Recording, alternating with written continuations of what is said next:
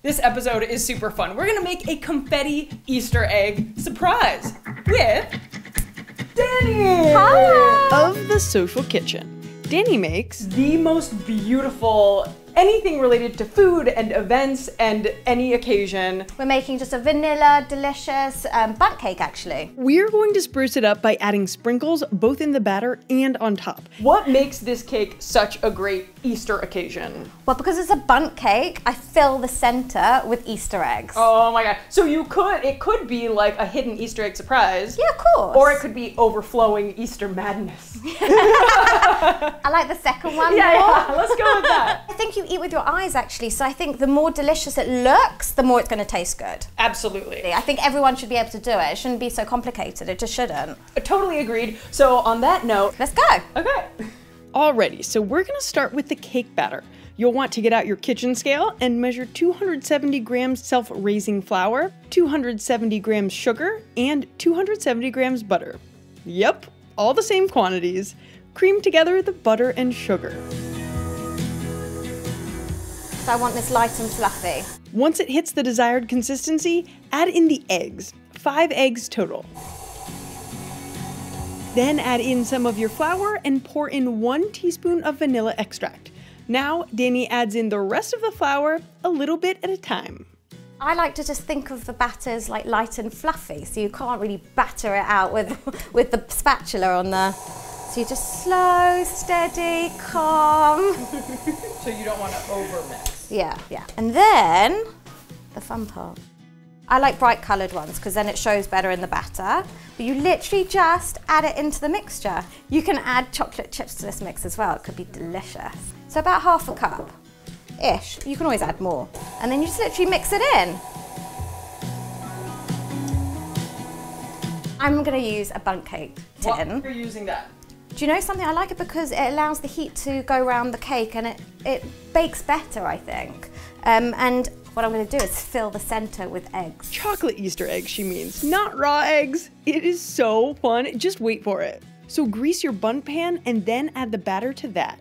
People are a bit too serious when it comes to baking. I think you can actually be a bit calmer, and I don't think, everyone's so serious, you have to like measure everything out. I think as long as the batter doesn't look like it's going to be sloppy, then I think you're fine. I always add a little bit more flour if you feel like it is a bit sloppy.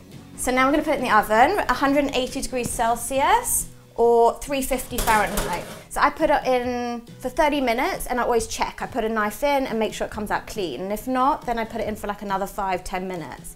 Put some Philadelphia and some butter. That's 125 grams butter and 125 grams cream cheese. I cover it so that we keep the icing sugar in and it doesn't go everywhere. That's the best tip. It's funny because you don't think about them as being tips because just second nature. She's slowly incorporating about 500 grams of icing sugar, also known as confectioner sugar, and then adds 1 teaspoon of vanilla extract. So this feels good, so I'm going to leave it as it is, but if it's too hard, add a bit of milk, just a splash, because it goes a long way. Or if it's too soft, then just add a bit more icing sugar. It's not so difficult. Oh my God, it's good. That's delicious. Now that our frosting is all ready, get those sprinkles out.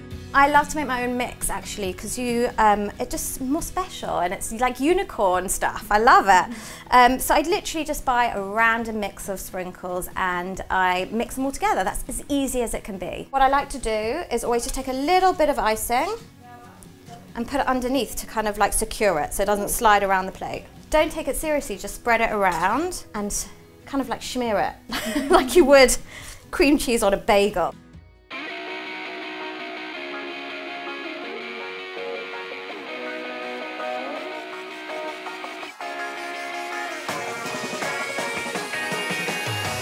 If you don't feel confident with a spatula or a knife, you can always use a fork. And you just like a hedgehog, you kind of like just, and I mean, how wrong can you go? Move right back over. Then I'm going to fill the center with these Easter eggs. After she adds enough eggs so they're totally overflowing out of the bundt cake hole, she adds on those sprinkles. To make a cake stand, you just take a bowl, turn it upside down, and put the cake on top.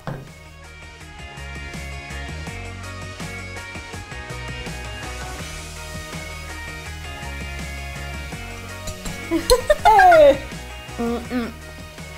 You know what you can do? You can help who?